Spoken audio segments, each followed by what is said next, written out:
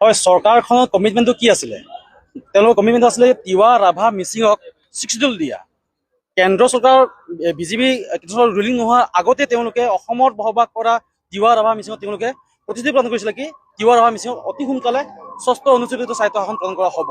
কিন্তু সেই বিষয়ত আজিলৈকে কেন্দ্ৰীয় চৰকাৰতে হওক বা অসম চৰকাৰৰে হওক বিধানসভাৰ মজিয়াত কিমানজন বিধায়কে আলোচনা কৰিছিলে বা এইখন গভমেণ্টে কেইবাৰ আলোচনা কৰিলে?